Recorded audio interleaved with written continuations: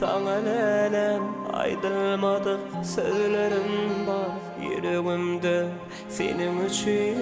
hiç geçmeyecek sevgi var dillerimde sana lelem aydılmadık sözlerim var yüreğimde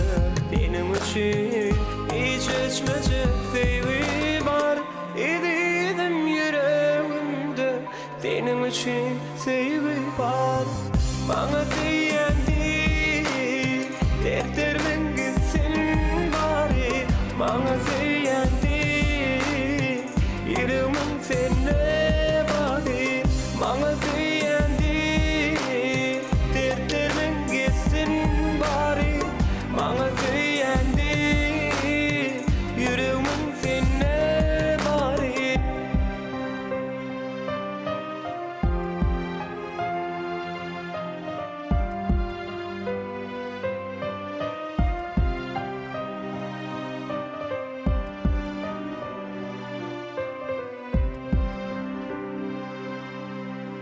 Dillerimde sana lelem aydılmadık sözlerim var yüreğimde senin için hiç geçmeyecek sevgi var ellerimi yerine alsam bir kuş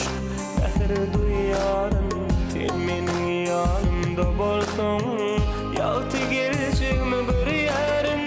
yıkettim senin bilen yaltı geleceğimi bir yan bana seyendi